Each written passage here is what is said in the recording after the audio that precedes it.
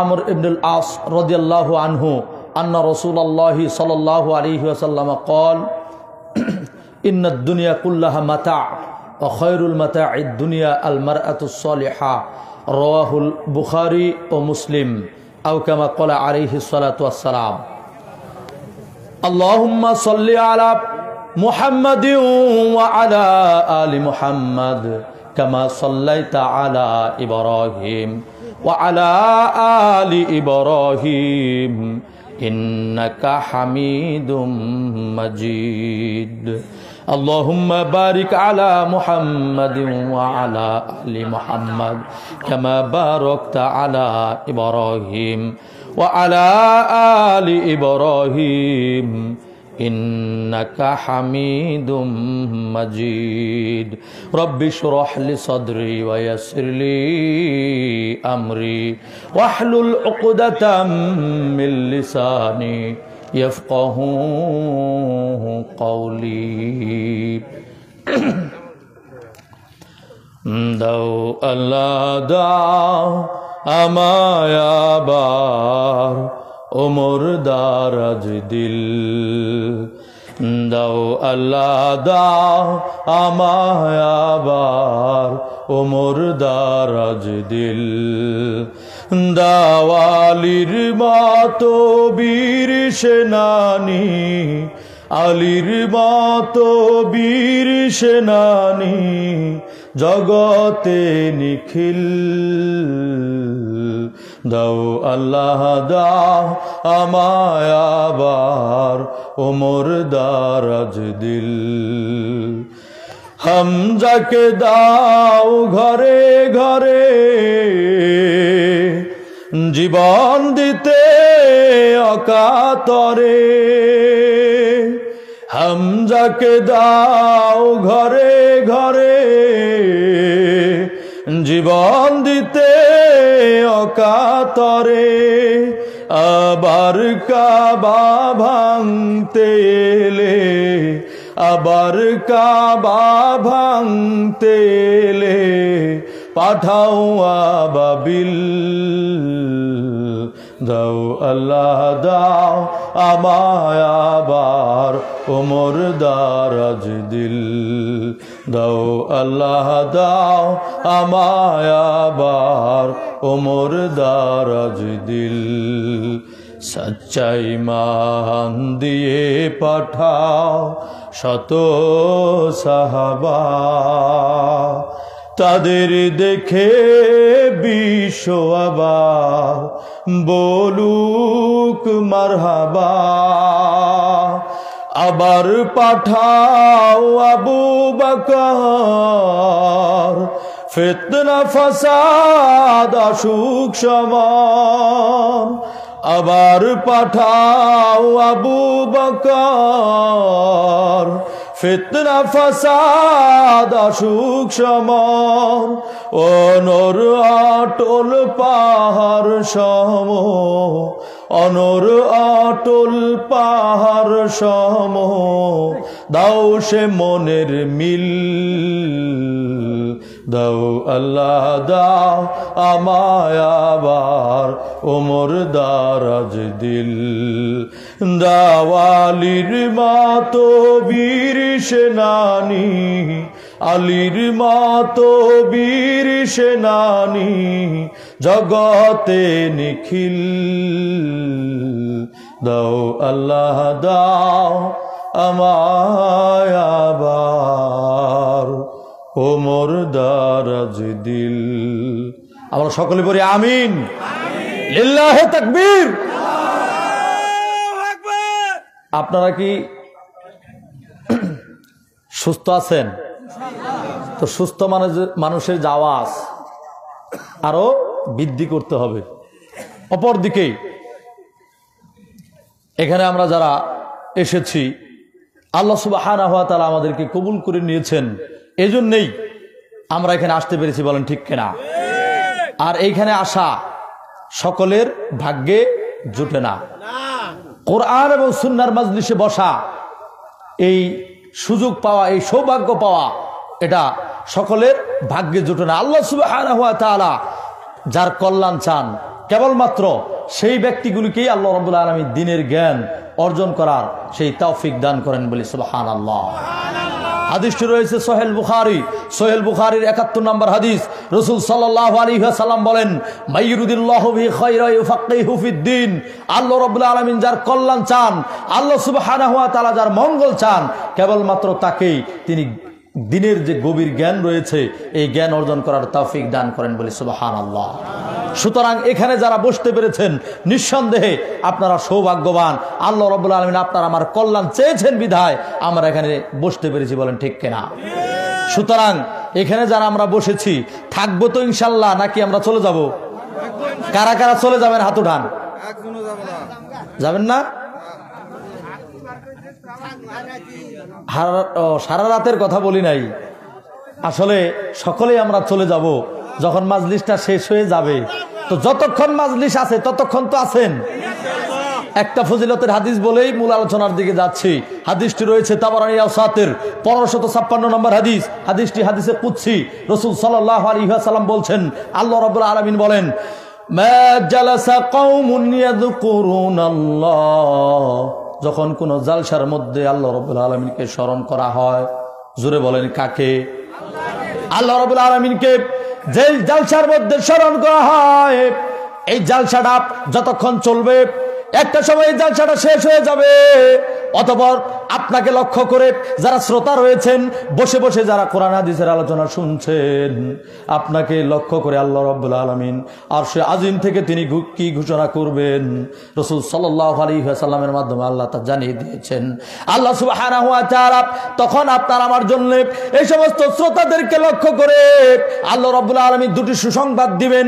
একটা যেটা তিনি বলবেন যখন শেষ হয়ে যাবে, কুমু, ও আমার বান্দারা, বসে বসে যারা কোরআন এবং হাদিসের আলোচনা শুনেছো, কুমু, তোমরা এখন উঠে যাও, তোমরা এখন চলে যাও, মাগফুরাল লাকুম, তোমাদের অতীতে যত গুনাহ ছিল সমস্ত গুনাহগুলোকে আমি আল্লাহ রাব্বুল আলামিন ক্ষমা করে দিয়েছি। ওই সাইডে সুবহানাল্লাহ বলতেছে না, মনে হয় এদের এই সওয়াবে কম পড়ছে। কি সুবহানাল্লাহ বলতে ইচ্ছে করে না, নাকি বাড়িতে গিয়ে সুবহানাল্লাহ বলবেন? এই ফজিলতের কথা বললাম যে গুনাহগুলি ক্ষমা করে দেওয়া হবে, এরপরে সুবহানাল্লাহ বলতে চায় না। কতটা আফসোস আমাদের জন্য। সুবহানাল্লাহ বললে সওয়াব আছে না নাই? আছে। হাদিসটি রয়েছে সহিহ মুসলিমের মধ্যে। সহিহ মুসলিম ইসলামিক একাডেমি কর্তৃক প্রকাশিত 422 নম্বর হাদিস, ইসলামিক ফাউন্ডেশন কর্তৃক প্রকাশিত 425 নম্বর হাদিস।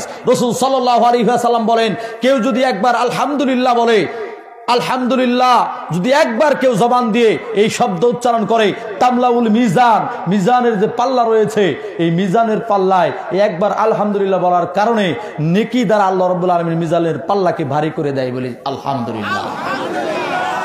এরপরে রাসূল সাল্লাল্লাহু আলাইহি ওয়াসাল্লাম বলেন, সুবহানাল্লাহ আলহামদুলিল্লাহ, কেউ যদি একবার সুবহানাল্লাহ বলে এবং একবার আলহামদুলিল্লাহ বলে, এই দুইটা বাক্য একবার বলার কারণে আল্লাহ সুবহানাহু ওয়া তাআলা তামলাউ ওয়া তামলাআনে মা বাইনা সামাওয়াতি ওয়াল আরদ, আসমান এবং জমিনের মাঝখানে যত ফাঁকা জায়গা রয়েছে আল্লাহ সুবহানাহু ওয়া তাআলা একবার সুবহানাল্লাহ আলহামদুলিল্লাহ বলার কারণে আপনার আমার আমলনামায় সওয়াব দ্বারা দুনিয়া ভর্তি সওয়াব দিয়ে ভরাট করে দেয়। এই যে ফজিলতগুলি, এগুলো এই জলসার মধ্যে আপনি আমি পাবো। জলসার ফজিলত নিয়ে বলছিলাম, তার মাঝখানে আসলো সুবহানাল্লাহ আলহামদুলিল্লাহ বলার কথা। তো এই জলসার কি ফজিলত? রাসূল সাল্লাল্লাহু আলাইহি সাল্লাম বলছেন, আল্লাহ রাব্বুল আলামিন বলেন, কুমু, হে আমার বান্দারা, তোমরা এখন উঠে যাও, তোমরা চলে যাও। বোঝা যায় এই হাদিস থেকে কোরআন এবং হাদিসের আলোচনা বসে বসে শুনতে হয়, আদবের সাথে বসে বসে শুনতে হয়।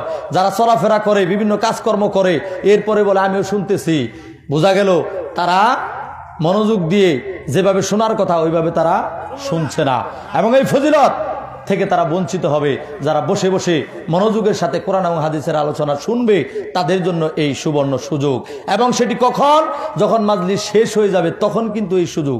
এই মাজলিসে সেই কখন থেকে শুরু হয়েছে, এর মধ্যে অনেক ব্যক্তি এসেছিল চলে গিয়েছে, এরকম ব্যক্তি নাই? আছে। সে কিন্তু এই ফজিলত পায় নাই। কেন? কারণ শেষ অবধি সে বসে থাকে নাই। যে বসে থাকবে তার জন্য কিন্তু এই ফজিলত। এরপর আল্লাহ সুবহানাহু ওয়া তাআলা শুধু আপনার আমার গুনাহগুলোকে ক্ষমা করবেন না। আল্লাহ রাব্বুল আলামিন আপনার আমার আমলনামায় যত গুনাহ আছে ওই গুনাহগুলোকে অকদ বুদ্দিলাত সাইয়্যাতিকুম হাসানাত, তোমাদের গুনাহগুলোকে শুধু ক্ষমা করেই দেওয়া নয়, বরং গুনাহগুলোকে আমি সবের দ্বারা পরিবর্তন করে দেব বলি সুবহানাল্লাহ। কথার কথা উদাহরণস্বরূপ বলছি, 10 লক্ষ গুনাহ নিয়ে আপনি এই মাজলিসে উপস্থিত হয়েছেন। আল্লাহ রাব্বুল আলামিন আপনার আমার গুনাহগুলিকে মাফ তো করবেনই, আপনাকে আমাকে এই মাজলিস শেষের পরে 10 লক্ষ সওয়াব দিয়ে বাড়ির মধ্যে আপনাকে আমাকে পাঠিয়ে দেওয়া হবে বলে সুবহানাল্লাহ। এত ফজিলত এই ইসলামী জলসার। আসমানের নিচে জমিনের উপরে এই কোরআন এবং সুন্নাহর মাজলিসের চাইতে মূল্যবান কোন জলসা হতে পারে না। এরপরে এই সমস্ত জলসা বাদ দিয়ে অন্যান্য জায়গার মধ্যে মানুষ আছে না নাই? আছে। এবং যুগে যুগে এটা ছিল, এই যুগেও আছে, ভবিষ্যতেও থাকবে। রাসূল সাল্লাল্লাহু আলাইহি ওয়াসাল্লাম চলে গিয়েছেন, ইন্তেকাল করেছেন। তার উত্তরসূরি উলামায়ে কেরাম যেরকম ভাবে কোরআন সুন্নাহর দাওয়াত দিয়ে যাচ্ছে, ঠিক তেমনি ভাবে রাসূল সাল্লাল্লাহু আলাইহি ওয়াসাল্লামের বিরোধিতা করত তৎকালীন সময়ে কাফের মুশরিকেরা। আবু জেহেল, উতবা, শাইবা, ওলীদ ইবনে মুগীরা, এরকম ভাবে অনেক কাফেররা বিরোধিতা করত। সেই সমস্ত কাফেরদের উত্তরসূরিরাও জীবিত আছে না নাই? আছে। কোরআন সুন্নাহর মাজলিস ভালোভাবে চলুক, কোরআনের দাওয়াত মানুষ ভালোভাবে দিক, এটা কখনোই কাফের মুশরিকেরা চাইবে না। রাসূল সাল্লাল্লাহু আলাইহি ওয়াসাল্লাম যখন কোরআন সুন্নাহর দাওয়াত দিতেন, তৎকালীন সময়ে বৃদ্ধ একজন ব্যক্তি নজর ইবনে হারেস, সে কি করল? সিরিয়া থেকে 2 জন নর্তকীকে ক্রয় করে এনে তাদের মাধ্যমে নাচের তালে তালে গান গাইবে, আর এগুলো দেখে দেখে মানুষেরা এখানে মগ্ন থাকবে। তারা মুহাম্মদ সাল্লাল্লাহু আলাইহি ওয়াসাল্লামের দার্সের মধ্যে বসবে না, এতে করে তারা হেদায়েতও পাবে না। এই ধরনের চক্রান্ত তৎকালীন সময়ে ওই ওলীদ কি করেছিল? নজর ইবনে হারেস করেছিল। ওই নজর ইবনে হারেসের উত্তরসূরি এখনো জীবিত রয়েছে। কোরআন এবং সুন্নাহর মাজলিসের পাশাপাশি এক শ্রেণীর মানুষ বিভিন্ন ধরনের জলসার ব্যবস্থা করে, গান বাজনার আয়োজন করে, বিভিন্ন ধরনের বাহায়াপনা অশ্লীলতার আয়োজন করে। ওই সমস্ত জলসাগুলোর মধ্যেও বলেন মানুষ যায় কি যায় না? বেশি যায়, কারণ জাহান্নামী হবে বেশি মানুষ। আর ওই সমস্ত পাপের অনুষ্ঠানের মধ্যে মানুষের সংখ্যা বেশি থাকবে, আর ভালো ভালো কাজের মধ্যে লোকজনের সংখ্যা সব সময় কম থাকবে। কারণ জান্নাতের মধ্যে অল্প সংখ্যক মানুষ যাবে, অল্প সংখ্যক মানুষ জান্নাতে যাবে, বেশিরভাগ মানুষ জাহান্নামে যাবে। আর বাস্তবতাও দুনিয়াতে তাই হবে। এজন্য আমার ভাইরা বলছিলাম, নজর ইবনে হারেসের উত্তরসূরিরা এখনো জীবিত আছে।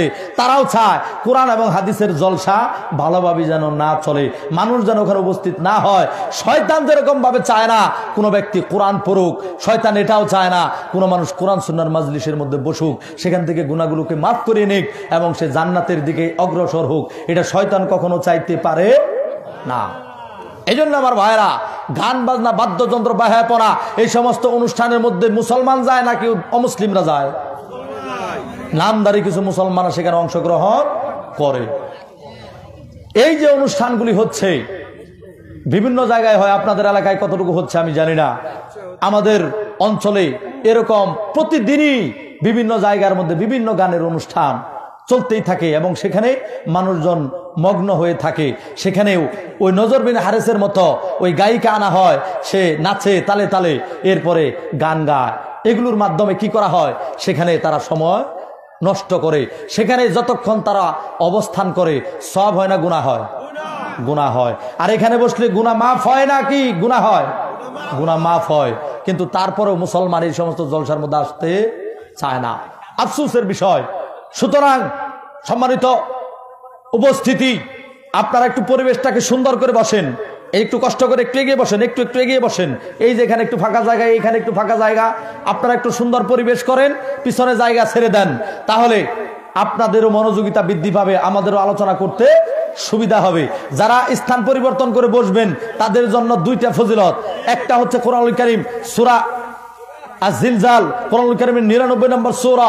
এই সূরার 4-5 নম্বর আয়াতের ভিতরে আল্লাহ রাব্বুল আলামিন বলছেন, ইয়াউমা ইদিন তুহাদ্দিসু আখবারহা, এই জমিন সেদিন তার বৃত্তান্ত বর্ণনা করবে।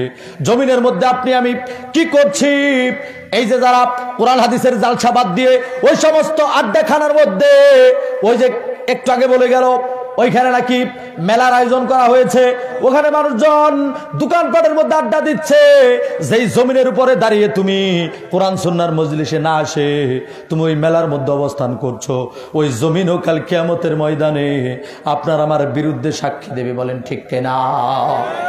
এটা আল্লাহ রাব্বুল আলামিন নিজে ঘোষণা দিয়েছেন, ইয়াওমাইযিন তুহাদ্দিসু আখবারহা, এই জমিন সেদিন তার বৃত্তান্ত বর্ণনা করবে। জমিনের উপরে দাঁড়িয়ে বসে আমি আপনি যা কিছু করি সবকিছুই রেকর্ড হয়ে যাচ্ছে, একেবারে ভিডিও ফুটেজের মাধ্যমে সবকিছুকে তুলে ধরা হবে। সুতরাং আপনি ভালো কাজ করলেও দেখতে পারবেন, খারাপ কাজ করলেও দেখতে পারবেন। এতক্ষণ যেখানে বসেছিলেন ওই জায়গাও আপনার পক্ষে, আবার জায়গা পরিবর্তন করে সামনে আসলেন, এই জায়গাও পক্ষে। কয়টা হলো? দুইটা। এবার দেখেন পরিবর্তন করে লাভ হয়েছে না ক্ষতি হয়েছে, এবার দেখেন। এরপর আর একটা আয়াত শুনুন, কোরআনুল কারীম সূরা আল মুজাদালা, কোরআনুল কারীমের 58 নম্বর সূরা, এই সূরার 11 নম্বর আয়াতের ভিতর আল্লাহ রাব্বুল আলামিন বলেন, ওয়াইজা কিলা লাকুম তাফাসসাহু ফিল মাজালিস, যখন মজলিসের মধ্যে তোমাদেরকে জায়গাকে প্রশস্ত করে দিতে বলা হয়, অর্থাৎ সামনের জায়গা ভরাট করে পিছনের জায়গা ছেড়ে দিতে বলা হয়, ফাফসাহু, তোমরা পিছনের জায়গাকে ছেড়ে দিয়ে জায়গাকে প্রশস্ত করে দাও, ইয়াফসাহিল্লাহু ইয়াফসাহিল্লাকুম, আল্লাহ রাব্বুল আলামিন কি করবেন? লাকুম, তোমাদের জন্য জান্নাতের মধ্যে জায়গাকে আল্লাহ রাব্বুল আলামিন প্রশস্ত করে দিবেন। বলি সুবহানাল্লাহ। সুতরাং আপনারা কোরআন এবং হাদিসের আলোচনা শুনে কি মানবেন নাকি চলে যাবেন? মানবেন কি না? ইনশাআল্লাহ।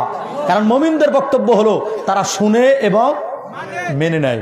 কোরআনুল কারীম সূরা নূর, কোরআনুল কারীমের 24 নম্বর সূরার 51 নম্বর আয়াতের ভিতরে আল্লাহ রাব্বুল আলামিন বলছেন, ইন্নামা কানা কাউলাল মুমিনিনা ইযা দু'উ ইলাল্লাহি ওয়া রাসূলিহি লিয়াহকুমা বাইনাহুম, যখন মুমিনদেরকে বলা হয় আল্লাহ যা বলেছেন, রাসূল সাল্লাল্লাহু আলাইহি সাল্লাম যা বলেছেন এগুলোকে তোমরা মেনে নাও, তখন মুমিনরা কি বলে?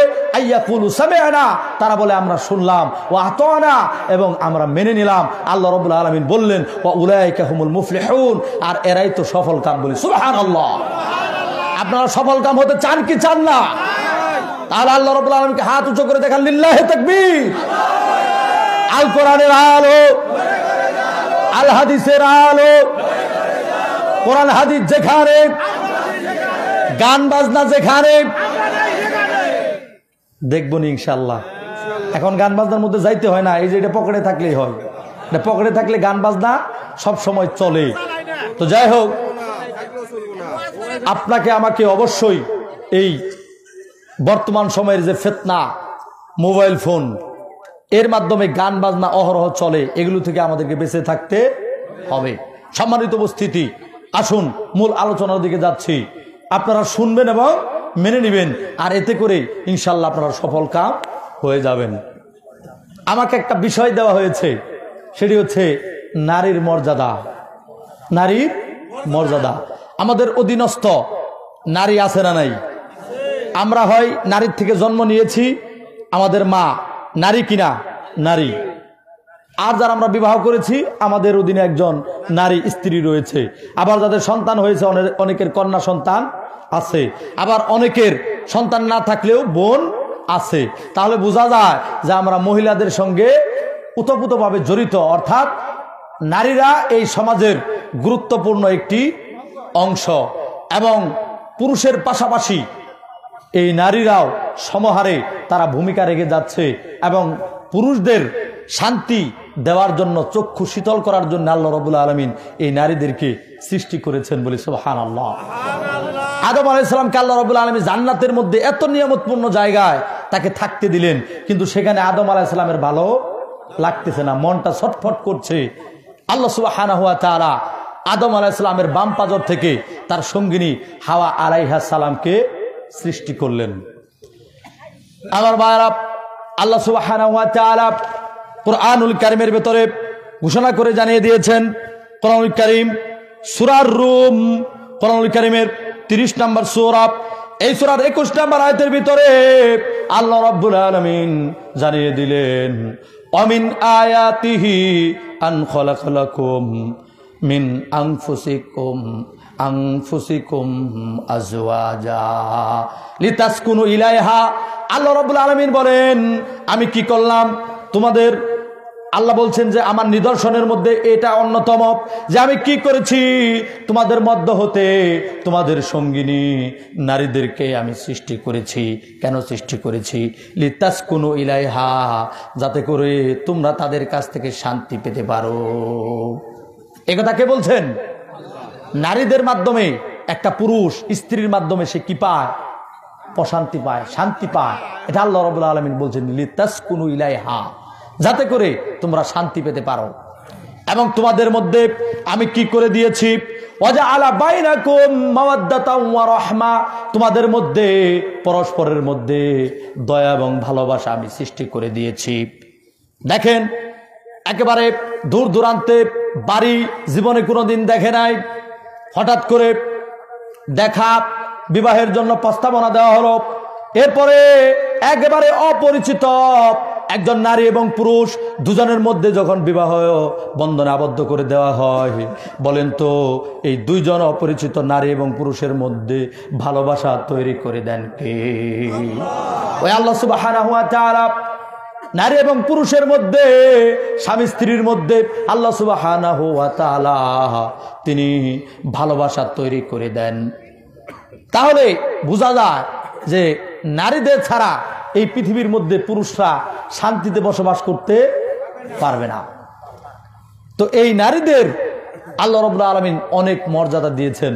আমাদের দেশে ফেমিনিজমের নামে নারীবাদী কিছু সংগঠন আছে, নাস্তিক্যবাদী মনা কিছু আছে, এরা বলে নারীদেরকে আল্লাহ রাব্বুল আলামিন ঠকিয়েছে বলে, না আউযুবিল্লাহ। নারীদের যে মর্যাদা আল্লাহ রাব্বুল আলামিন দিয়েছেন, রাসূল সাল্লাল্লাহু আলাইহি ওয়াসাল্লাম দিয়েছেন, এটা পূর্ব যুগেও কখনো ছিল না, বর্তমানেও কোনো অন্যান্য ধর্মের যে ব্যবস্থাপনা রয়েছে তার মধ্যেও ইসলামের মতো এত মর্যাদা নারীদের আর কোনো ধর্ম দেয় নাই। ইসলামের মধ্যে নারীদেরকে কতটা মর্যাদা দেওয়া হয়েছে এই বিষয়ে লম্বা একটা লেকচারের প্রয়োজন। আমি সারাংশ স্বরূপ মূল কিছু পয়েন্ট আপনাদের সামনে তুলে ধরার চেষ্টা করব। আমি যদি কোরআন এবং হাদিস থেকে দলিল প্রমাণ সহকারে আপনাদের সামনে কিছু সময় কথা বলি, শুনবেন তো ইনশাআল্লাহ? কারা কারা শুনবেন না হাত উঠান। ওই যে দেখেন অনেকে হাত উঠাইছে, আমি একটু চেক করতেছি মনোযোগিতা কিরকম। তো যাই হোক, আপনারা তালে তালে হাত উঠাইছেন আমি বুঝতে পারছি। তো আপনাদের মনোযোগিতা আকর্ষণ করছি, খুব গভীর মনোযোগ দিয়ে আমার কথাগুলিকে শুনতে হবে। আমি কোনো মন গড়া কিচ্ছা কাহিনী, মন গড়া বানোয়াট, কোনো ভিত্তিহীন, কোনো জাল, কোনো জয়ীফ কোনো হাদিস আপনার সামনে আমি উল্লেখ করবো না। যতক্ষণ কথা বলবো কোরআন এবং সহিহ হাদিস ভিত্তিক কথা বলার চেষ্টা করব। কোরআনুল কারীম থেকে আপনাদের সামনে কিছু উদ্ধৃতি দেই। ইতিপূর্বে আপনারা হয়তোবা এই আলোচনাগুলি শুনেছেন, তবে একটু ভিন্নভাবে আপনাদের সামনে উপস্থাপন করার চেষ্টা করব। ওয়ামা তাওফিকি ইল্লা বিল্লাহ আলাইহি তাওয়াক্কালতু ওয়া ইলাইহি উনীব। সম্মানিত উপস্থিতি, নারীদেরকে আল্লাহ রাব্বুল আলামিন কতটা মর্যাদা দিয়েছেন কয়েকটা আয়াতের দিকে আমরা লক্ষ্য করি। আল্লাহ সুবহানাহু ওয়া তাআলা কুরআনুল কারীমের ভিতরে বলছেন, কুরআনুল কারীম সূরা সূরা, কুরআনুল কারীমের 42 নম্বর সূরা, এই সূরার 49 এবং 50 নম্বর আয়াতের ভিতরে আল্লাহ রাব্বুল আলামিন বলেন যে আল্লাহ সুবহানাহু ওয়া তাআলা লিল্লাহি মুলকুস সামাওয়াতি ওয়াল আরদ ইয়াখলুকু মা ইয়াশা ইয়াহাবু লিমান ইয়াশাউ ইনাসা ওয়া ইয়াহাবু লিমান ইয়াশাউ যুকুর। আল্লাহ রাব্বুল আলামিন তিনি ঘোষণা করে জানিয়ে দিলেন সমস্ত ক্ষমতার মালিক হচ্ছে আল্লাহ রাব্বুল আলামিন। লিল্লাহি মুলকুস সামাওয়াতি ওয়াল আরদ, আসমান এবং জমিনের যত ক্ষমতা রয়েছে সমস্ত কিছুর মালিক বলেন তো কে? ওই আল্লাহ সুবহানাহু ওয়া তাআলা। তিনি ইয়াখলুকু মা ইয়াশা, তিনি যা কিছু তা তিনি সৃষ্টি করতে পারেন, তিনি যা কিছু তাই তিনি সৃষ্টি করেন। এরপরে তিনি বলছেন ইয়াহাবু লিমান ইয়াশাউ ইনাসা, তিনি কন্যা সন্তান দান করেন। প্রথমে তিনি কার কথা বললেন? বলেন, কন্যা সন্তানের কথা। ওয়ায়াহাবু লিমান ইয়াশাউ যুকুর, অতঃপর তিনি বললেন তিনি কাউকে কাউকে পুত্র সন্তান দান করেন। আমাদের অনেকের এখানে আছেন যারা, অনেকের সন্তান সন্ততি আছে না নাই? আমাদের অনেকের ছেলে আছে, অনেকের মেয়ে আছে, অনেকের উভয় আছে, অনেকের একটাও নাই। এরকম আছে কিনা? এটাই আল্লাহ রাব্বুল আলামিন বলছেন যে আমি কাউকে কাউকে কি করি। প্রথমে আল্লাহ বলছেন কন্যা সন্তানের কথা। এই আয়াতের তাফসিরে ইমাম ইবনুল কাইয়িম রাহিমাহুল্লাহ তিনি বলছেন জাহেলি যুগে কন্যা সন্তানদেরকে, নারীদেরকে মানুষ কি করতো? অপমান করত, তাদেরকে পিছনে ফেলে রাখতো। আল্লাহ রাব্বুল আলামিন তাদেরকে কি করার জন্য? তাদের প্রতিবাদ করে কোরআনুল কারীমের ভিতরে নারীদের কথাকে আল্লাহ রাব্বুল আলামিন আগে নিয়ে এসেছেন, বলি সুবহানাল্লাহ। কোরআনে আগে নিয়ে এসেছেন। কোরআনের মধ্যে যে ধারাবাহিকতা, এক এক আয়াতের মধ্যে আগের যে অংশটা আসে পরের অংশের চাইতে আগে যে অংশটা আনা হয়, তার মর্যাদা বা তার গুরুত্বটাকে কি করা হয়? বেশি দেওয়া হয়। আল্লাহ সুবহানাহু ওয়া তাআলা নারীদের নাম আগে উল্লেখ করলেন। জাহেলি যুগের মানুষেরা নারীদেরকে পিছনে ফেলে দিত, আর আল্লাহ রাব্বুল আলামিন নারীদেরকে সামনে নিয়ে আসলেন, বলি সুবহানাল্লাহ। এটা নারীদেরকে আল্লাহ রাব্বুল আলামিন মর্যাদা বৃদ্ধি করে দিলেন। এবং জাহেলি যুগে নারীদেরকে এমন নির্যাতন করা হতো, জাহেলি যুগে যদি কন্যা সন্তান কারা হতো, কোরআনুল কারীমে আল্লাহ সুবহানাহু ওয়া তাআলা উল্লেখ করছেন। কোরআনুল কারীম সূরা নাহল, কোরআনুল কারীমের 16 নম্বর সূরা, এই সূরার 58 নম্বর আয়াতের ভিতরে আল্লাহ রাব্বুল আলামিন বলছেন, ওয়াইদা বুশিরা আহাদুহুম বিল উনসা যাল্লা ওয়াজহুহু মুসওয়াদ্দাও ওয়া হুয়া কাযীম। যখন তাদেরকে কন্যা সন্তানের বুশিরা, সুসংবাদ দেওয়া হয়। বুশিরার কথা আল্লাহ উল্লেখ করছেন, মানে কন্যা সন্তান হয়েছে মানে সুসংবাদ। কি সংবাদ? কিছু আছে দুঃসংবাদ আর কিছু আছে কি? সুসংবাদ। আল্লাহ বললেন কন্যা সন্তানের যখন সুসংবাদ দেওয়া হতো জাহেলি যুগে, তখন তারা কি করত? তখন যাল্লা ওয়াজহুহু মুসওয়াদ্দা ওয়া হুয়া কাযীম, তাদের মুখটা কালো হয়ে যেত এবং তারা অন্তর জ্বালায় একেবারে জ্বলে পুড়ে ছারখার হয়ে যেত। তারা বলতো, আল্লাহ আমাকে কি করলো, কি দিল? মানে কন্যা সন্তান দিয়েছে তো মানে খুবই বেজার। এই যুগেও আছে। আপনি মনে করছেন আপনি বেজার না, আপনি খুব খুশি, তার বাস্তব প্রমাণ নেবেন। এরকম আমি বাস্তবে অনেকেই দেখেছি, এখানে নাও থাকতে পারেন। কন্যা সন্তান হয়েছে, মিষ্টি খাওয়ায় না, যখন ছেলে হয়েছে মিষ্টি খাওয়াইতেছে। এরকম ঘটনা আছে না নাই? যদি এটা হয় তাহলে বোঝা যায় কন্যা সন্তান হওয়ার সময় সে বেজার ছিল, এই জন্য মিষ্টি খাওয়ায় নাই। আর যখন ছেলে হয়েছে খুব খুশি, খুশি হয়ে সবাইকে মিষ্টি খাওয়াইতেছে। তার মানে বোঝা যায় এ যুগে মুসলমানদের ভিতরে ওই সমস্ত জাহেলিয়াতের সেই সমস্ত বৈশিষ্ট্য আছে, বলেন ঠিক কিনা? যারা কন্যা সন্তান হওয়ার পরে খুশি হতে পারে না, কন্যা সন্তান হওয়ার পরে যারা মিষ্টি বিতরণ করতে পারে না, তারা ওই জাহেলি যুগের ওই সমস্ত মানুষের সেই বৈশিষ্ট্য তারা অবলম্বন করেছেন। সুতরাং কন্যা সন্তান হওয়া এটা সৌভাগ্যের লক্ষণ। এটা মনে করবেন না যে কন্যা সন্তান হলো বিপদ আমার বাড়লো, কারণ একে লালন পালন করে বিয়ে দিতে হবে, মানে একটা টেনশন, খরচ আমার বেড়ে গেল। অনেকেই এরকম ভাবে বেজার হয়ে যায়। এবং যদি এমন হয় একাধিক কন্যা সন্তান কোনো নারী প্রসব করে, তখন ওই নারীর সাথেও কথাও বলে না, মনে হয় যেন ওই মহিলা ঘরে বসে বসে ওটা বানাইতেছে। নাউযুবিল্লাহি মিন যালিক। সন্তান দেওয়ার মালিক কে? আল্লাহ রাব্বুল আলামিন। তো কন্যা সন্তান দিয়েছেন কে? আল্লাহ রাব্বুল আলামিন। তো আল্লাহ রাব্বুল আলামিন যাকে কোনোটাই দিচ্ছে না, সে তো আল্লাহর কাছে ফরিয়াদ করে, আল্লাহ আমাকে একটা ল্যাংড়া আতুর যাই কিছু তুমি দাও, তারপরেও আল্লাহ তুমি একটা দাও, বলে কিনা? বলে। কিন্তু হইলে তখন আবার ভঙ্গির শেষ থাকে না। তখন আবার এমন হইল কেন, অমন হইল ভালো হইতো, এই সেই কত ধরনের রুচির কোনো শেষ নাই। অথচ কন্যা সন্তান যদি জাহেলি যুগে হতো, মানুষজন লজ্জায় তারা মুখ দেখাতে চাইতো না। হায় হায় আমার কি হলো, আমার কন্যা সন্তান হলো মানে আমি একজন হতভাগা, নাউযুবিল্লাহ। মানুষের সামনে মুখ দেখাতে লজ্জাবোধ করত, মুখটাকে কালো করে ফেলতো। বিষ খাওয়ালে যেরকম মুখ একেবারে কালো হয়ে যায়, তাদের চেহারার অবস্থা এরকম হয়ে যেত। এবং কি তারা কন্যা সন্তানদেরকে জীবিত তারা এরকম ভাবে হত্যা করত। জাহেলি যুগে এই রীতি ছিল। আপনারা এই ইতিহাস অনেক শুনেছেন, অনেক সাহাবীদের ইতিহাস রয়েছে যারা কন্যা সন্তানদেরকে তারা হত্যা করেছে। নারীদেরকে এরকম ভাবে অবহেলিত, লাঞ্ছিত, বঞ্চিত করা হতো। ইসলাম এসে রাসূল সাল্লাল্লাহু আলাইহি ওয়াসাল্লামের মাধ্যমে নারীদেরকে আল্লাহ রাব্বুল আলামিন সম্মান বৃদ্ধি করে দিয়েছেন, বলি সুবহানাল্লাহ। মা বোনেরা খুব গভীর মনোযোগ দিয়ে শুনুন। আপনাদের ব্যাপারে বলছি, যে আমাকে সাবজেক্ট দেওয়া হয়েছে, আমি এই সাবজেক্টের আলোকেই কথা বলবো। আমার ভাইয়েরা, নারীদেরকে এত মর্যাদা আল্লাহ রাব্বুল আলামিন দিলেন, অথচ নারীরা বলে আমরা সমান অধিকার চাই। আরে কিসের সমান অধিকার তোমরা চাও? তোমাদেরকে সমান অধিকার নয়, বরং অনেক অনেক গুণ বেশি অধিকার আল্লাহ রাব্বুল আলামিন দিয়ে দিয়েছেন। একটা একটু এবার লক্ষ্য করো, একটা একটা খুব ভালোভাবে মনোযোগ সহকারে শুনুন। কোরআনুল কারীম সূরা নিসা, সূরার নামই নিসা, মানে নারী নামে মহিলা নামে একটা সূরা আল্লাহ রাব্বুল আলামিন দিয়েছেন, পুরুষের নামে একটা সূরা, আর রিজাল বা রজুল নামে কোনো সূরা আছে? নাই। পুরুষ নামে কোনো সূরা নাই। পুরুষ ব্যক্তির নামে আছে, মহিলা ব্যক্তির নামেও আছে, কিন্তু সরাসরি যেমন আর নিসা নামে সূরা আছে, কিন্তু আর রজুল নামে বা আর রিজাল নামে কোনো সূরা নাই। এখানে আল্লাহ রাব্বুল আলামিন নারীদের মর্যাদা বৃদ্ধি করে দিয়েছেন। কোরআন কারীমের ভেতরে একটি স্বতন্ত্র সূরা দিয়েছেন নারীদের নামে।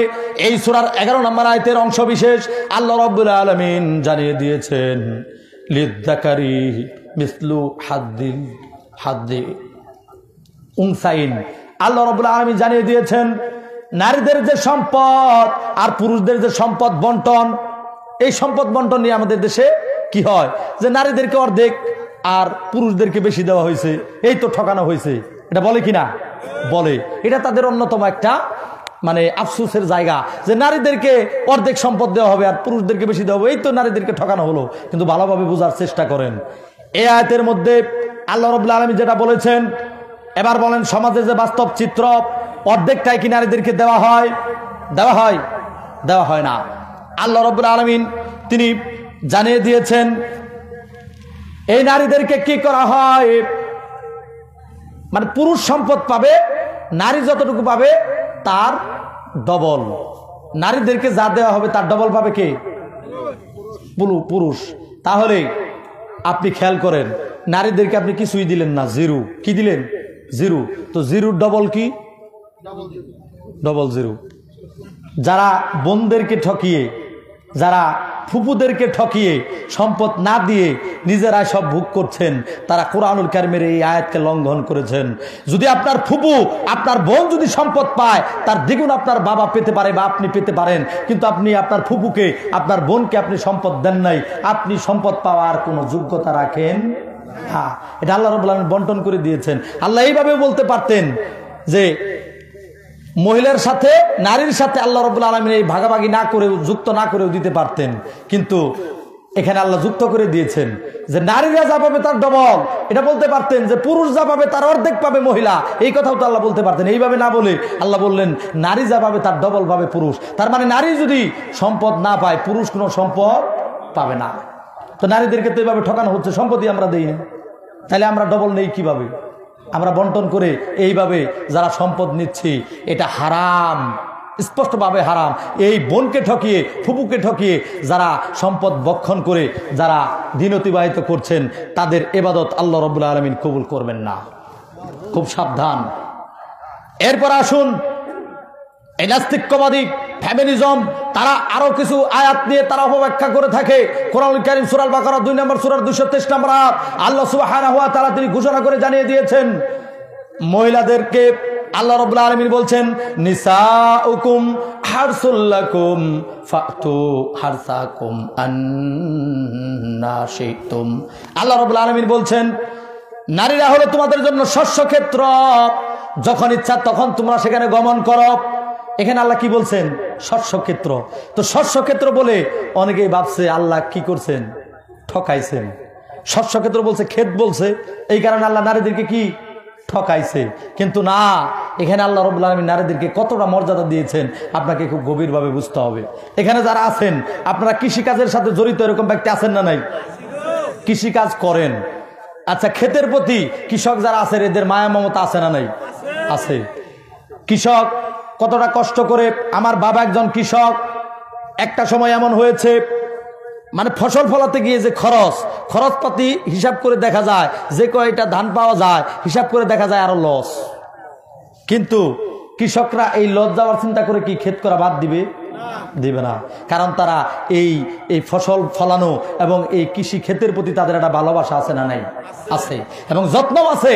এবং কৃষক দেখবেন বারবার তার ক্ষেতের মধ্যে এসে ক্ষেতটাকে ভালোভাবে দেখার চেষ্টা করে, মানে এই ক্ষেতের প্রতি তাদের একটা ভালোবাসা রয়েছে।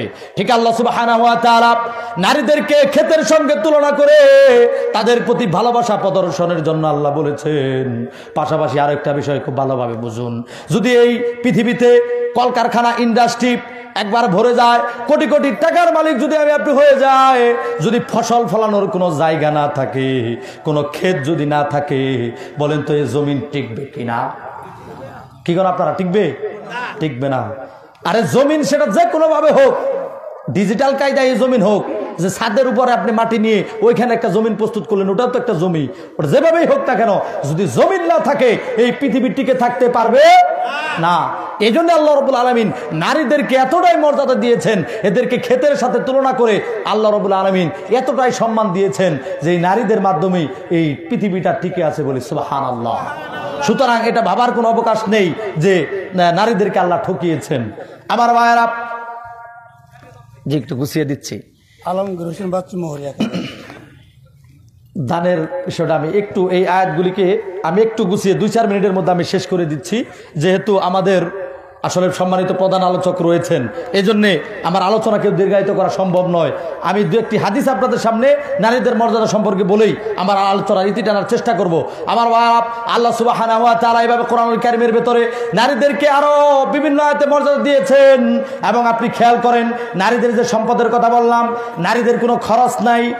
প্রথমে তারা বাবার আন্ডারে থাকে, বাবার খরচ, এরপরে স্বামীর আন্ডারে দিয়ে দেওয়া হয় স্বামীর খরচ। স্বামী যদি মারা যায়, বৃদ্ধ হয়ে যায়, ছেলেদের সন্তানদের খরচ, কিন্তু নারীর কোনো খরচ নাই। কিন্তু তাদেরকে বিবাহের সময় মহারানা দিতে হয়, আবার তাদেরকে কিন্তু আল্লাহ সম্পদের মধ্যে একটা অধিকার দিয়ে দিয়েছেন, অথচ তাদের কোনো খরচ নাই। কিন্তু পুরুষের ডবল সম্পদ আপনি দেখেছেন, কিন্তু তার কত খরচ তা তো আপনি দেখলেন না। সব খরচ কার হাতে? পুরুষের হাতে। তাহলে দেখেন নারীদের কতটা মর্যাদা আল্লাহ রাব্বুল আলামিন দিয়েছেন। এবং এই পৃথিবীর শ্রেষ্ঠতম সম্পদ হচ্ছে একজন নেককার, দিনদার, পরহেজগার একজন নারী বলে সুবহানাল্লাহ। রাসূল সাল্লাল্লাহু আলাইহি ওয়াসাল্লাম বলছেন, ইন্নাদ দুনিয়া কুল্লাহা মাতা, নিশ্চয়ই এই গোটা দুনিয়াটা হলো উপভোগের বস্তু। ওয়া খায়রুল মাতা'আদ দুনিয়া আল মারআতুস সালিহা, এই পৃথিবীর মধ্যে শ্রেষ্ঠতম উপভোগের বস্তু হলো একজন নেককার, দিনদার, পরহেজগার নারী। সুতরাং নারীদের মর্যাদা আল্লাহ পদে পদে বৃদ্ধি করে দিয়েছেন। এবং কি, যেই জিনিসের মূল্য বেশি ওটাকে আমরা বেশি কি করে রাখি? ঢেকে রাখি না? ঢেকে রাখি। হাদিসের মধ্যে রাসূল সাল্লাল্লাহু আলাইহি ওয়াসাল্লাম বলছেন, আল মারআতু আওরা, মহিলারা হচ্ছে ঢেকে রাখার বস্তু। এবং কোরআনে আল্লাহ রাব্বুল আলামিন বলছেন, অকরনা ফি বুয়ুতিকুন্না ওয়ালা তাবাররুজনা তাবাররুজাল জাহিলিয়াতিল উলা, নারীরা তোমরা ঘরের মধ্যে অবস্থান করো। তো ঘরের মধ্যে কেন রাখতে বললেন? পর্দার সাথে কেন তাদেরকে বের হতে বললেন? কেন তাদেরকে ঢেকে থাকতে বললেন? কারণ আপনি দেখবেন আলকাত্রা, কি বলে, বিভিন্ন ধরনের যে বাজারের মধ্যে খোলা অনেক কিছুই বিক্রি করা হয়, কিন্তু আপনি দেখবেন স্বর্ণ একেবারে মূল্যবান সম্পদ, খুব যত্ন সহকারে, অনেক মানে একটার পর একটা এরকম ভাবে খুব গভীর ভাবে তারা কি করে, যত্ন সহকারে ওটাকে ঢেকে রাখে কি রাখে না? মূল্যবান সম্পদকে ঢেকে রাখতে হয়। আর এই জন্য আল্লাহ রাব্বুল আলামিন নারীদেরকে মর্যাদা দিয়েছেন এবং তাদেরকে ঢেকে রাখতে বলেছেন। এরপর আমি 2-1টি হাদিসের অনুবাদ 2-1 মধ্যে আপনার মানে 2-1 মিনিটের মধ্যে আমার আলোচনার এই নারী বিষয়ক আলোচনা শেষ। এরপর আমি কালেকশনের ব্যাপারে 2-1টি কথা বলে আমার আলোচনার ইতি টানার চেষ্টা করব। আমার ভাইরা খেয়াল করুন, হাদিসের মধ্যে রাসূল সাল্লাল্লাহু আলাইহি ওয়াসাল্লাম কন্যা সন্তানের ব্যাপারে বলেছেন 3টা। এক হাদিসের মধ্যে আছে 3 কন্যা সন্তান যদি কেউ লালন পালন করে, তার জন্য এই নারী সে জান্নাতে যাওয়ার ব্যবস্থা করে দেবে বলে সুবহানাল্লাহ। রাসূল সাল্লাল্লাহু আলাইহি ওয়াসাল্লাম 2 কন্যা সন্তানের ব্যাপারে বলছেন, যার 2টা কন্যা সন্তান হবে তাকে লালন পালন করে তাকে সুপাত্রে সে কি করবে, বিবাহ দিয়ে দেবে, সে জান্নাতের মধ্যে রাসূল সাল্লাল্লাহু আলাইহি ওয়াসাল্লামের সাথে থাকবে বলে সুবহানাল্লাহ। কিন্তু 10টা ছেলে লালন পালন করলে এরকম ফজিলত হাদিসের মধ্যে নাই। এরপরে স্ত্রীর সাথে আপনার আমার ভালো আচরণ করতে হবে, কারণ রাসূল সাল্লাল্লাহু আলাইহি ওয়াসাল্লাম বলছেন যে ব্যক্তি তার স্ত্রীর কাছে ভালো, ওই ব্যক্তি ভালো লোক। মানে স্ত্রীর কাছে যে ভালো না, ওই ব্যক্তি ভালো হতে পারে না। খয়রুকুম লিআহলিহি, তোমাদের মধ্যে ওই ব্যক্তি উত্তম যে তার স্ত্রীর নিকটে উত্তম। তাহলে দেখেন নারীদের কতটা মর্যাদা, মানে সার্টিফিকেট দেওয়ার অধিকার দেওয়া হয়েছে স্ত্রীকে। এ যদি বলে আপনি ভালো, তাহলে আপনি ভালো, যদি এ বলে খারাপ, তাহলে আপনি খারাপ। তাহলে নারীদেরকে কতটা মর্যাদা আল্লাহ দিয়েছেন। এরপর মা হিসেবে নারীদের মর্যাদা, রাসূল সাল্লাল্লাহু আলাইহি ওয়াসাল্লাম যখন বললেন যে হকের ব্যাপারে যে আমি সেবা করব কার, তখন তিনি 3বার কার কথা বলেছেন, হাদিস কিন্তু আপনারা জানেন। 3বার তিনি বলছেন উম্মুকা, তোমার মায়ের। 3বার তিনি বলছেন তোমার মায়ের মায়ের, এরপরে তিনি বলছেন তোমার বাবা। তাহলে এইখানেও মায়েদের মর্যাদা দেওয়া হয়েছে কি হয় নাই? হয়েছে। তো এইভাবে দেখেন, এই যে কোরআন হাদিসের মধ্যে এতগুলি বিষয়, আমি সংক্ষিপ্ত একবারে শেষ করে দিলাম আমার আলোচনা, যেহেতু আসলে নারীদের মর্যাদা নিয়ে বিস্তারিত আলোচনা করতে গেলে অনেক সময়ের দরকার। এজন্য আমি আর আমার ওই বিষয়টাকে নিয়ে আর দীর্ঘায়িত করতে পারছি না, যেহেতু সময় আসলে সংক্ষিপ্ত এবং পাশাপাশি আমার পরে বিজ্ঞ একজন আলেম রয়েছেন, তার আলোচনা আপনারা শুনবেন। সুতরাং আমি সময় ক্ষেপণ করব না।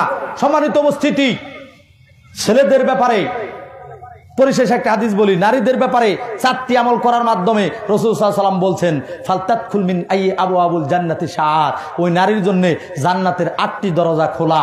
কিন্তু ছেলেদের ব্যাপারে জান্নাতের 8টি দরজা খোলা মর্মে কোনো হাদিস নাই। আছে নাকি কারো জানা আছে? একটা হাদিস আছে, তবে সেখানে শুধু ছেলের কথা নাই। সেটা কি? ওযুর শেষে যদি আপনি আশহাদু আল্লা ইলাহা ইল্লাল্লাহ ওয়া আশহাদু আন্না মুহাম্মাদুর রাসূলুল্লাহ যদি এই কালিমাতুশ শাহাদা পাঠ করি, তাহলে জান্নাতের কয়টি দরজা খোলা? 8টি। এটা কি শুধু ছেলের জন্য না মেয়েদের জন্য? তাহলে সবার জন্য। তাহলে এই হাদিসটা শুধু পুরুষদের জন্য না, সবার জন্যই। কিন্তু মেয়েদের জন্য স্পেশালি আরেকটা হাদিস যেটা আমি পাঠ করেছিলাম, যে হাদিসটি রয়েছে মিশকাতুল মাসাবিহের 3254 নম্বর হাদিস। সেখানে 8টি দরজার ঘোষণা দেওয়া হয়েছে 4টি আমল করলে। তো যাই হোক, নারীদের ব্যাপারে আমি আমার আলোচনা আর কি দীর্ঘায়িত করছি না। সম্মানিত উপস্থিতি, তো মা বোনদেরকে এত মর্যাদা আল্লাহ রাব্বুল আলামিন দিয়েছেন, এরপরেও যদি বলে যে আমাদেরকে ঠকানো হয়েছে, তাহলে আল্লাহ রাব্বুল আলামিনের প্রতি এবং রাসূল সাল্লাল্লাহু আলাইহি সাল্লামের প্রতি মিথ্যারোপ করা হবে কি হবে না? অবশ্যই মিথ্যা আরোপ করা হবে। সুতরাং মা বোনদেরকে আমরা বলবো যে আপনাদেরকে ইসলাম সম্মান দিয়েছে। আপনাদেরকে ওই জাহেলি যুগের যেভাবে নারীদেরকে অসম্মান করা হতো, তাদেরকে হত্যা করা হতো, কিন্তু এই সম্মান তাদেরকে ইসলাম দিয়েছে। নারীদেরকে এত মর্যাদা আল্লাহ রাব্বুল আলামিন দিয়েছেন। সুতরাং আমার কোরআন এবং হাদিস থেকে নির্যাসকৃত সারাংশ আপনাদের সামনে আমি পেশ করলাম। এবার আসুন, আজকে দিকপাইত আহলুল হাদিস কেন্দ্রীয় জামে মসজিদের এবং দারুল উলুম নুরানি কিন্ডারগার্টেন মডেল মাদ্রাসা ও হিফজখানার উন্নয়ন কল্পে আয়োজিত আজকের এই মাহফিল। তো এখানে যে মসজিদ রয়েছে, মাদ্রাসা রয়েছে, হিফজখানা, এত কিছুর মাধ্যমে মানে এগুলোর উদ্যোগে আজকের এই ইন্তজাম করা হয়েছে। তো এগুলোর মাধ্যমে প্রতিনিয়ত কোরআন এবং হাদিসের এরকম জালসার ব্যবস্থা হোক, আপনারা চান কিনা? কোরআন এবং হাদিসের আঞ্জাম দিতে গেলে খরচ আছে না নাই? আছে না? খরচ আছে, এবং এই প্রতিষ্ঠানগুলি চালাতে গেলে খরচ রয়েছে। তো আপনার আমাকে আল্লাহ রাব্বুল আলামিন সম্পদ দিয়েছেন। আল্লাহ রাব্বুল আলামিন কি দিয়েছেন? এই যে রিজিক যে আমরা ভক্ষণ করছি, এগুলো কে দিয়েছেন? আল্লাহ রাব্বুল আলামিন। তো এই রিজিক থেকে আল্লাহর রাস্তায় খরচ করতে হবে। তো আসুন, আপনারা অনেকেই দিয়েছেন ইতিপূর্বে, আরো দিবেন। আমি এক ভাই ঘোষণা দিয়েছেন, এক ভাই আলমগীর হোসেন বাচ্চু মোহরি 1000 টাকা। আল্লাহুম্মা সাল্লি আলাইহি আল্লাহুম্মা বারিক আলাইহি। আল্লাহ তার দানকে তুমি কবুল আর মঞ্জুর করে নাও, কামাই রোজগারের মধ্যে বরকত দিয়ে দাও। তরিমুজ হাজি 2000 টাকা। আল্লাহুম্মা সাল্লি আলাইহি আল্লাহুম্মা বারিক আলাইহি। আল্লাহ তার দানকে কবুল আর মঞ্জুর করে নাও, কামাই রোজগারের মধ্যে বরকত দিয়ে দাও। আল্লাহ রাব্বুল আলামিন কবর হাসর মিজান পুলসিরাত এবং জাহান্নাম থেকে বাঁচার ব্যবস্থা করে দাও। হেলাল বিন রিয়াজ মেম্বার 500 টাকা। লিল্লাহি তাকবীর। আল্লাহ রাব্বুল আলামিন তার দানকে কবুল আর মঞ্জুর করে নাও, কামাই রোজগারের মধ্যে বরকত দিয়ে দাও। আশা অফিস 1500 টাকা। আল্লাহুম্মা সাল্লি আলাইহি আল্লাহুম্মা বারিক আলাইহি। আল্লাহ তার দানকে কবুল আর মঞ্জুর করে নাও। আল্লাহ রাব্বুল আলামিন এইভাবে যারা দান করছে, আল্লাহ রাব্বুল আলামিন তুমি তো অন্তর্যামী, তুমি জানো। আল্লাহ রাব্বুল আলামিন তাদের দানকে কবুল আর মঞ্জুর করে নাও। যারা হালাল রুজি থেকে দান করে, তাদের দানকে তুমি কবুল আর মঞ্জুর করে নিয়ে কবর হাসর মিজান পুলসিরাত এবং ভয়াবহ জাহান্নাম থেকে বাঁচার ব্যবস্থা করে দাও। খুব তাড়াতাড়ি আসেন, আমি ছেড়ে দেবো। 2-4 মিনিটের মধ্যে আমি শেষ করে দিচ্ছি। খুব দ্রুত আসেন, আমাকে একটু বিদায় করলেই ইনশাল্লাহ ওনাকে আপনারা দ্রুত ওনার আলোচনা শুনতে পারবেন। তো আমি আলোচনাকে আর দীর্ঘায়িত করছি না, একটু তাড়াতাড়ি আসেন ভাইয়ের আমার। আজ না হয় কাল তুমি যাইবা কবরে, যাবার সময় দেখবে চেয়ে গো তোমার সবই রইল পরে, যাবার সময় দেখবে চেয়ে গো। আপনার আমার যত সম্পদ আছে সব ফেলে রেখে আপনাকে আমাকে চলে যেতে হবে। আপনি আমি যা দান করে যাচ্ছি এগুলোই আপনার আমার, আর যেগুলি আমরা রেখে যাচ্ছি এগুলো হলো ওয়ারিসের, এগুলোকে আমরা পাহারা দিচ্ছি। আপনার আমার এই সম্পদগুলি আপনার আমার ওয়ারিস যারা আছে এরা বাগবাটোয়ারা করে নিয়ে যাবে, বিভিন্নভাবে নষ্ট করবে। আপনার নামে আপনি আশায় বসে থাকবেন, কবরে আযাব হবে, আপনি একটু চেয়ে থাকবেন যে আমার জন্য কিছু দান করে কিনা। কিন্তু এরকম নেককার সন্তান তো আমরা অনেকেই তৈরি করি নাই। সুতরাং এই মাদ্রাসার মধ্যে সন্তানদেরকে দিবেন যারা আপনার আমার জন্য অলাদিন সলিহিন ওয়ালা হয়ে যাবে। এক ছাত্র ভাই 20 টাকা দিয়েছেন। আল্লাহুম্মা সাল্লি আলাইহি আল্লাহুম্মা বারিক আলাইহি। আল্লাহ তার দানকে কবুল আর মঞ্জুর করে নাও। ওই ছাত্র ভাইকে আল্লাহ রাব্বুল আলামিন ইমাম বুখারীর মতো তুমি কবুল করে নাও। বাবা মার পক্ষ থেকে 500 টাকা দিয়েছে। আল্লাহ রাব্বুল আলামিন এক নেক সন্তান তার পিতামাতার কথা স্মরণ করে 500 টাকা দিল। আল্লাহ রাব্বুল আলামিন পিতামাতা খবর জীবিত আছে নাকি? জানি না। আল্লাহ রাব্বুল আলামিন তার পিতা মাতাকে তুমি জাহান্নাম থেকে বাঁচার ব্যবস্থা করে জান্নাতের ফয়সালা করে দাও। ওই সন্তানকে নেককার দিনদার পরহেজগার হিসেবে তুমি কবুল আর মঞ্জুর করে নাও। আবার বোনের জন্য দিয়েছেন, অন্যান্য সদস্যদের জন্য তিনি দান করেছেন। আল্লাহ তার দানকে তুমি কবুল আর মঞ্জুর করে নাও, কামাই রোজগারের মধ্যে বরকত দিয়ে দাও। আল্লাহ রাব্বুল আলামিন বৈশাখীর মা 1000 টাকা, আল্লাহ রাব্বুল আলামিন এক বোন 1000 টাকা দিয়েছেন। ওই বোনকে তুমি ওই মায়েশা সিদ্দিকার মতো, খাদিজাতুল কুবরা রাদিয়াল্লাহু তাআলা আনহা এদের মতো তুমি কবুল আর মঞ্জুর করে নাও। জান্নাতি না বানাইয়া ওই বোনকে তুমি কবরে নিও না। সবাই দেন, সবাই আপনারা এই যে এই যাচ্ছে রুমাল যাচ্ছে আপনারা এটার মধ্যে দিয়ে দেন। হাজার হাজার, আমি একজন মুসাফির, যারা যারা আপনারা আমার হাতে দিতে চান আমার হাতে দিয়ে আমি আপনাদের জন্য প্রাণ খুলে অন্তর থেকে দোয়া করব। এখানে অনেকেই আছেন, অনেকের পিতামাতা দুনিয়া থেকে বিদায় নিয়েছে, আজকে তারা কবরে কোন অবস্থায় আছে আমরা জানি না, অথচ আমার পিতামাতা নিজের শরীরের ঘাম ফেলে তারা পরিশ্রম করে আপনার আমার জন্য সম্পদ করে গিয়েছেন। আজকে তাদের জন্য 500 টাকা 1000 টাকা আমরা অনেকেই দিতে পারছি না, আফসোসের বিষয়। আব্দুল কাইয়ুম পিতামাতার পক্ষ থেকে 200 টাকা। আল্লাহ রাব্বুল আলামিন ওই পিতামাতা বাবা মারা গিয়েছে, পিতা অন্ধকার কবরে কোন অবস্থায় আছে আমরা জানি না। আল্লাহ রাব্বুল আলামিন কবরের মধ্যে যদি আযাব থাকে আযাবকে তুমি বন্ধ করে দাও। যদি কেউ দান করে কবরে যদি আযাব হয়, ফু দিয়ে যেরকম ভাবে আমরা আগুন নিভিয়ে দেই ঠিক তেমনি ভাবে ওই কবরের আযাবকে দান করার মাধ্যমে নিভিয়ে দেওয়া হয়। সুতরাং আসুন আপনারা দান করুন। আরেক ভাই 500 টাকা, আল্লাহ তার দানকে কবুল আর মঞ্জুর করে নাও, কামাই রোজগারের মধ্যে বরকত দিয়ে দাও। আরেক ভাই 500 টাকা, আল্লাহ তার দানকে কবুল আর মঞ্জুর করে নাও। মুক্তাগাছা বাড়ি সেই ভাই 500 টাকা দিয়েছেন, আল্লাহ তার দানকে কবুল আর মঞ্জুর করে নাও, কামাই রোজগারের মধ্যে তুমি বরকত দিয়ে দাও। ছেলের জন্য উনি দিয়েছেন 100 টাকা, আল্লাহ তার ছেলেকে তুমি নেককার হিসেবে কবুল করে নাও। বাবার জন্য দিলেন 100 টাকা, আল্লাহ ওই বাবাকে তুমি জান্নাতের জন্য কবুল করে নাও। এক মুরব্বী বাবাজি তিনি 100 টাকা দিয়েছেন, আল্লাহ তার দানকে কবুল আর মঞ্জুর করে নাও। আল্লাহ রাব্বুল আলামিন দানের বদৌলতে তুমি তাকে জাহান্নাম থেকে রক্ষা করো। শাহজাহান 100, আল্লাহ তুমি দেখছো, আল্লাহ রাব্বুল আলামিন তাকে জান্নাত দান করে দাও। ইদ্রিস তিনি দিয়েছেন 100 টাকা, আল্লাহ তার দানকে কবুল আর মঞ্জুর করে নাও। 100 টাকা 500 1000 কই তাড়াতাড়ি নিয়ে আসেন।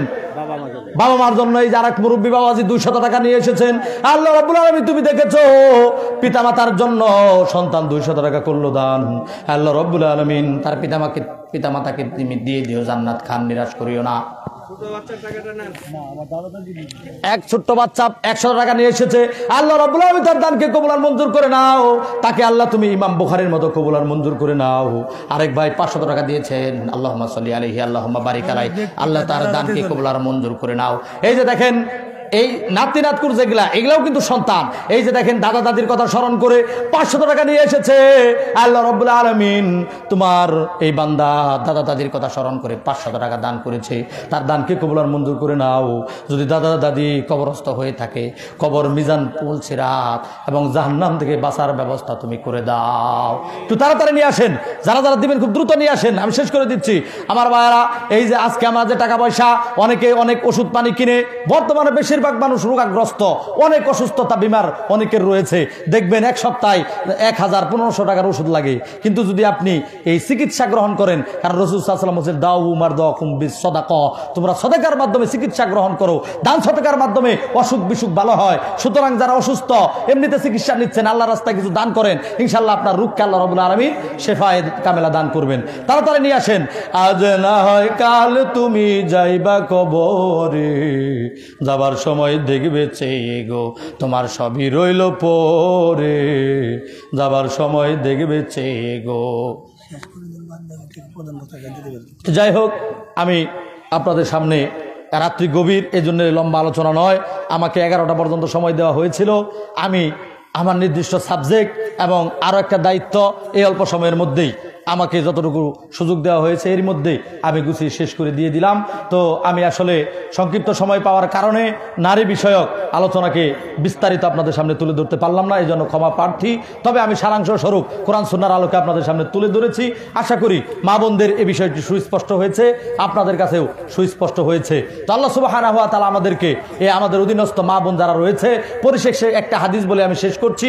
সেটি হচ্ছে, আপনি যদি দায়ুস হন, আপনার অধীনস্থ যদি কোনো নারী থাকে, এবং সে যদি বেপরদায় থাকে তাকে যদি আমি আপনি পর্দার মধ্যে যদি না রাখার ব্যবস্থা করি, রাসূল সাল্লাল্লাহু আলাইহি ওয়াসাল্লাম তিনি জানিয়ে দিয়েছেন মিশকাতুল মাসাবিহের 3655 নম্বর হাদিস, সালাসাতুন কদ হারামাল্লাহু আলাইহিমুল জান্নাহ, 3 শ্রেণীর মানুষের জন্য জান্নাত হারাম। তার মধ্যে 1 নাম্বার, ওনার ছেলে ওনার পরিবার থেকে অনেকগুলি দান আসছে আলহামদুলিল্লাহ, ছেলে 500 টাকা আরো 500 টাকাতে নিয়ে এসেছেন, আল্লাহ তার দানকে তুমি কবুল আর মঞ্জুর করে নাও, ওই ছেলেকে তুমি জান্নাতি হিসেবে কবুল আর মঞ্জুর করে নাও। তো পরিশেষে হাদিসটা বলছিলাম, 1 নাম্বার মুদবিনুল খমর, 2 নাম্বার ওয়াল আক, 3 নাম্বার ওয়াল দায়ুস, অর্থাৎ যে পুরুষ তার অধীনস্থ নারীকে পর্দার মধ্যে রাখে না, বরং বেপর্দায় চলতে সাহায্য করে, বরং বিভিন্নভাবে এগুলো প্রমোট করে। যদি এরকম চরিত্র আপনার হয়, আপনার জন্য জান্নাত হারাম। পরিশেষে এই বার্তাটি আপনার সামনে আমি উল্লেখ করেই আমার আলোচনার এখানে ইতি টানছি। এখানে এক ব্যক্তি তার পিতামাতার কথা স্মরণ করে 500 টাকা দিয়েছেন, আল্লাহুম্মা সাল্লি আলাইহি আল্লাহুম্মা বারিক আলাইহি। আল্লাহ ওই পিতামাতা কোন অবস্থায় আছে আমরা জানি না, এই পিতামাতাকে জাহান্নাম থেকে হেফাজত করে জান্নাতের ফয়সালা তুমি করে দাও। তো আমার জন্য আমি দোয়া চেয়ে, ভুল ত্রুটি ক্ষমা চেয়ে প্রধান আলোচক এখন মূল্যবান আলোচনা রাখবেন ভাই শেখ আকবর বিন আবেদ হাফিজাউল্লাহকে আমি তার মূল্যবান আলোচনা করার জন্যে সবিনয়ে অনুরোধ করে আমি আমার আলোচনাকে এখানেই সংক্ষিপ্ত করছি, সমাপ্তি করছি। সুবহানাকা আল্লাহুম্মা ওয়া বিহামদিক আশহাদু আল্লা ইলাহা ইল্লা আনতা আস্তাগফিরুকা ওয়া আতুবু ইলাইক। আসসালামু আলাইকুম ওয়া রাহমাতুল্লাহি ওয়া বারাকাতুহু।